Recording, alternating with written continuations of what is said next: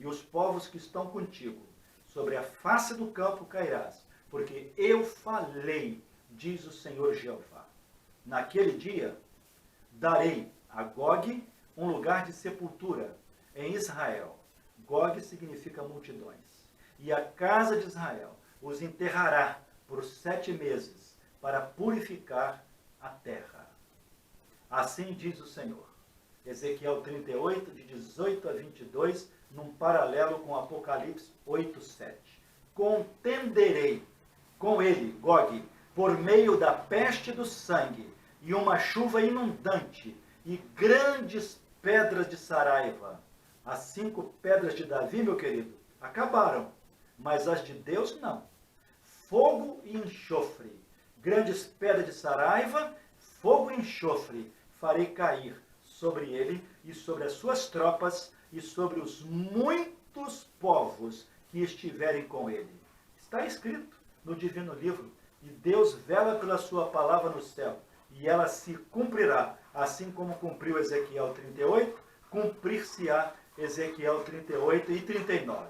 Ao término, então, ao terminar a 5ª guerra de Israel, reconhecerá o livramento, o povo judeu, que o Senhor operou a seu favor. Então, ao terminar essa 5ª guerra, Israel definitivamente reconhecerá o livramento do Senhor e com gratidão cantará o que está no Salmo 118, 14. O Senhor é a minha força e o meu cântico, porque Ele me salvou. Israel ainda terá que passar por mais 2 grandes guerras, só que agora convertido ao Senhor. Porque nesse livramento de Ezequiel 38 e 39, contra o comunismo e o islamismo, o povo de Israel, ou o remanescente, se converterão ao Senhor. Vamos então à 6ª guerra das nações contra Israel. Opa, chegamos agora no Armagedon. Armagedon não é a batalha final, como muitos pregadores dizem. Não. Armagedon não é a última guerra. Não, senhor. Armagedon será a 3ª guerra mundial e a 6ª guerra das nações árabes contra o povo de Israel. Não se sabe a data, mas ocorrerá no final da grande tribulação. No início da tribulação, Ezequiel 38 e 39. No final, Joel 3, Zacarias 14, Apocalipse 16 e 19. Então, no término, ou no final da grande tribulação, ocorrerá a batalha do Armagedon. O rio Eufrates se secará, preparando o caminho para o rei dos Orientes, e eles virão, e eles invadirão Israel, tentando riscá-lo do mapa. E aí, o Senhor Deus agirá a favor de Israel, na representação daquela pedra atirada sem auxílio de mão nos pés da estátua. Todas as guerras de Israel têm o elemento pedra, que simboliza Jesus, a pedra angular de esquina. Todos os inimigos de Israel, eles tombarão ao chão e reconhecerão e saberão que só o Senhor é Deus. Essa 3ª guerra mundial, ela não vai ser apenas uma guerra nuclear. Ela também vai ter um arsenal bélico, não só nuclear, mas também biológico e químico. Será dias terríveis para esse mundo. A igreja já estará na glória. Então esta será a tão temida e pavorosa 3ª guerra mundial, Apocalipse 16, de 13 a 16. Israel entrará naquele sofrimento nunca visto, desde que houve nação até aquele tempo, porque esse, conforme Jeremias disse, capítulo 37, é o tempo de angústia para Jacó. Jacó não é igreja, é Israel, de que então registrou Jeremias no capítulo 25 e no capítulo 30, verso 7. Teremos no desfecho desta 6ª guerra também o elemento pedra, pois a pedra cortada sem auxílio de mão ferirá os pés da estátua. O fim dos tempos dos gentios com o domínio do anticristo chegará. Nós temos que os tempos dos gentios começou com o Império Babilônico por Nabucodonosor, por volta do ano 605 a 606, e irá até o final da grande tribulação, na batalha do Armagedon, já com o domínio do anticristo. Nós temos então que no sonho de Nabucodonosor, em Daniel 2, aquela estátua esplendorosa que estava em pé diante de ti, cuja vista é terrível, a cabeça de ouro fino, os peitos e os braços de prata, o peito e os braços de prata, e o ventre e as coxas de cobre, as pernas de ferro e os pés em parte de ferro e em parte de barro. Nabucodonosor estava vendo isto quando uma pedra foi atirada sem auxílio de mão e feriu a estátua nos pés de ferro e de barro e os esmiuçou, e foi levado como a pragana da eira no deserto pelo vento, e não se achou lugar algum mais para ele.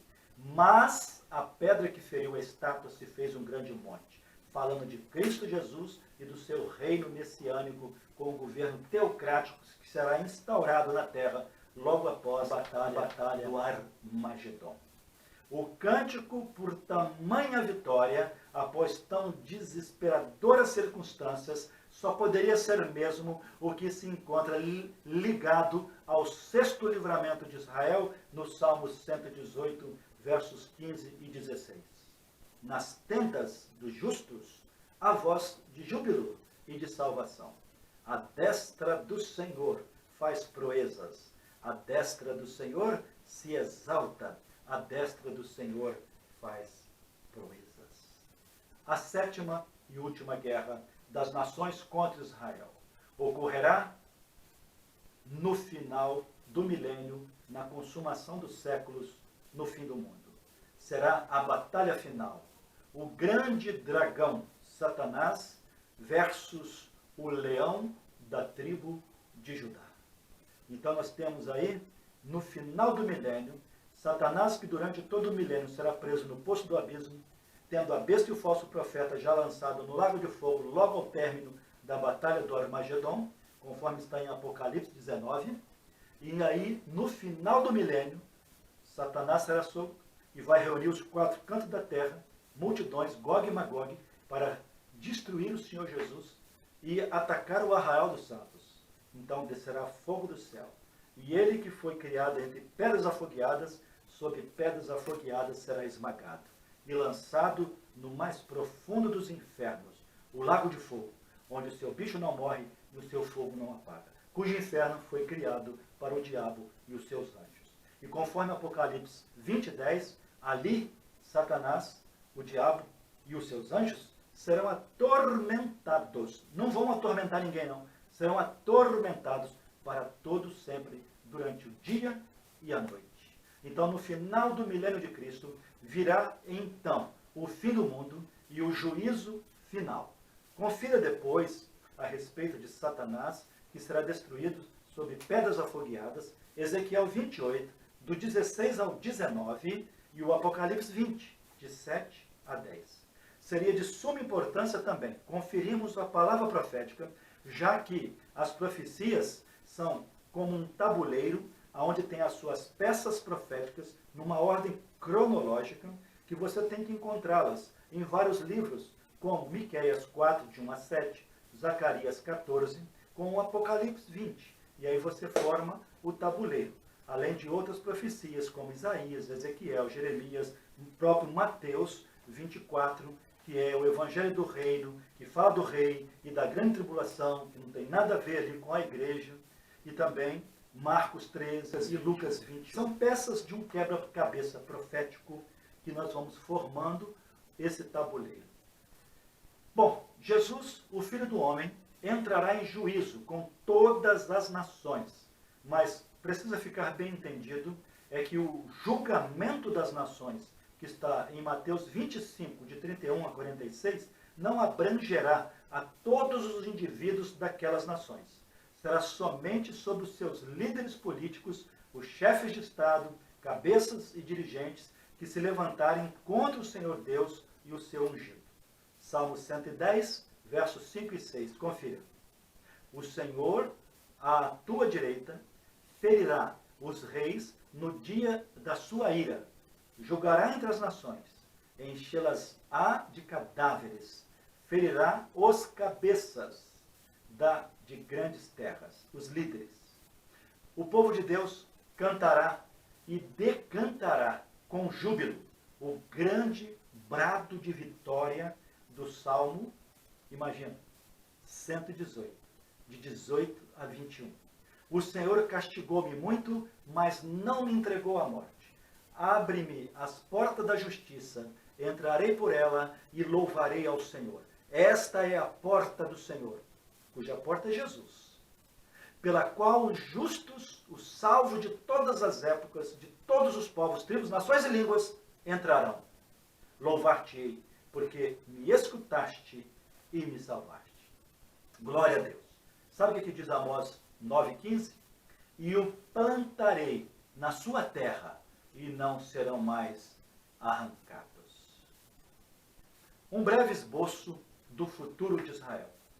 Depois do arrebatamento, a igreja, depois do arrebatamento da igreja, a nação de Israel fará uma aliança com o anticristo no começo da última semana das 70 semanas de Daniel, 9:27 e João 5:43. Eu vim em nome de meu Pai, e vocês não me receberam. Outro virá em seu próprio nome, e a esse recebereis.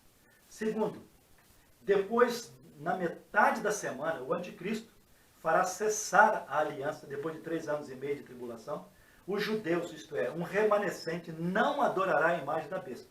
Daniel 11, de 21, e os versos 31 a 39. Apocalipse 13, de 11 a 15. Confira isso. Israel será atacado pela União Soviética, a Rússia e os seus aliados, e ambos serão destruídos. Ezequiel 38 e 39. Em quarto lugar, o anticristo fará uma intensa perseguição contra os judeus e os gentios, que recusarem sua marca ou o número de seu nome, o número 666. Nós vimos isso e podemos entender melhor estudando Mateus 24, de 15 a 24, que não tem nada a ver com a igreja, Apocalipse 11, versos 12, 17, e o capítulo 13, verso 7. Em quinto lugar, no final da grande tribulação, as nações serão reunidas para a batalha contra Israel em Armagedon.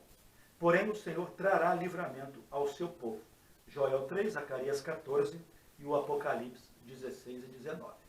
Em sexto lugar, Israel, depois disto, reconhecerá então o Senhor Jesus como seu Messias, a quem transpassaram e chorarão amargamente arrependidos, como que se chora por um primogênito.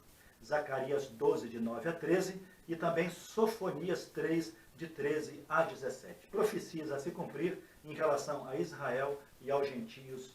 A igreja só tem uma profecia, que é o arrebatamento, em 1 Tessalonicenses 4, de 13 a 17. Aborrecendo alguns que não creem nas dispensações e também na visão pré-tribulacionista e pré-milenista. Os justos dentre os judeus e gentios martirizados durante a grande tribulação ressuscitarão a fim de passarem para as bênçãos do milênio. Daniel 12, 2 e Apocalipse 20, de 4 a 6. Em oitavo lugar, Israel, com outras nações salvas, entrarão para o reino milenar de Jesus durante 1000 anos. Se tornarão reis ou sacerdotes, e Israel será a cabeça das nações e não mais a cauda. Israel será o império mundial e Jerusalém a capital do mundo. Mateus 25, de 31 a 34 e Deuteronômio 23, verso 13, com Isaías 54. Jerusalém será reconhecida como a capital, não só de Israel, mas do mundo. E isto pela vontade e soberania de Deus e não dos governantes de um mundo que está no maligno. Deus fará uma nova aliança com Israel, que será o novo império mundial. Isaías 2, Miqueias 4, Jeremias 31, do verso 31 ao 34. E eu não duvidaria nada que, além do governo teocrático, messiânico, durante os 1000 anos do reinado de Cristo, que o idioma, a língua predominante, não será mais o inglês, ou o espanhol ou o francês, mas será o hebraico. Não duvido disso. Depois do milênio, este mundo será destruído e Deus criará um novo céu e uma nova terra, onde Israel e outras nações salvas habitarão eternamente na nova Jerusalém. 2 Pedro 3, de 7 a 14 e Apocalipse 21. Lembrando que Deus, que hoje habita no terceiro céu, vendo tanto contentamento na obra do seu Filho, cumprir-se-á um desejo do seu coração, de habitar com o homem. Uma vez ele desejou estar com o homem no Éden, depois no deserto, com o tabernáculo que ele mandou Moisés construir. Mais à frente, no templo de Salomão, onde a Shekinah de Deus encheu o templo, nos dias de Jesus, cujo templo de Herodes fora rejeitado, e Jesus falou assim: viremos para o homem e faremos nele morada. Quando ele foi assunto aos céus, deixou de ser o templo de Deus na terra, Jesus, e nós, igreja, nos tornamos morada de Deus. Mas na Nova Jerusalém, Apocalipse 21, 3, Deus descerá do seu céu e morará conosco, será o nosso Deus e estará conosco para todo sempre. Ao invés de nós morarmos no céu, na eternidade com Deus, é Ele que vai descer e morar conosco na nova terra, no novo céu, em a nova Jerusalém. E eu quero concluir terminando aqui com essa consideração que está em Romanos 11, de 26 a 32, fazendo um paralelo com Romanos 9, 28, onde para muitos há uma contradição, mas nenhuma sombra de dúvidas. Assim, todo Israel será salvo. Todo Israel como nação será salvo. Como está escrito, de Sião, Sião é uma figura do céu e não de Canaã, virá o libertador e desviará de Jacó, que é o povo judeu, não a igreja, as impiedades. Está lá em Romanos 11, de 26 a 32. Uma profecia a se cumprir a favor de Israel, os descendentes de Abraão. E Deus não quebrou a sua aliança com Abraão e nem com Davi. Assim todo Israel será salvo, como está escrito, de Sião virá o libertador, Jesus, e desviará de Jacó, Israel, as impiedades. Romanos 11, 26 a 32. Como nação. Agora veja o que está em Romanos 9, 28. Ainda que o número dos filhos de Israel seja como a areia do mar, o remanescente é que será salvo. Mas lá no capítulo 11 está dizendo que todo Israel vai ser salvo? Sim, como nação. Porque aqui no verso 9 está falando como indivíduo, pessoalmente. Porque a salvação é pessoal, individual, intransferível. O primeiro texto de Romanos 11 fala de Israel como nação jamais será arriscada do mapa. E o segundo texto de Romanos 9, 28 está falando dos judeus, de pessoas, indivíduos. Ainda que o número dos filhos de Israel seja como a areia do mar, o remanescente é que será salvo, e não todo o povo judeu. Não há contradição com o texto anterior, ora citado, pois o primeiro texto se refere a Israel ser salvo como nação, em condições físicas e materiais, e o segundo texto se refere à salvação individual e espiritual dos que crerem dentre o povo de Israel. Porque não pensa porque é judeu que todos vão se converter, não, porque não é bem assim não. Tá? Tanto para judeus como para gentios, só há uma regra: crer no Senhor Jesus Cristo e encontrará a salvação. Caso rejeitando a Cristo, estará na perdição. E eu termino dizendo que as coisas não estão escritas, elas não acontecem, melhor dizendo, porque estão escritas. As coisas não acontecem porque estão escritas, mas estão escritas porque irão acontecer. Venha o teu reino, seja feita a tua vontade, assim na terra como no céu, porque teu é o reino, o poder e a glória. Maranata, ora vem, Senhor Jesus. Um grande abraço.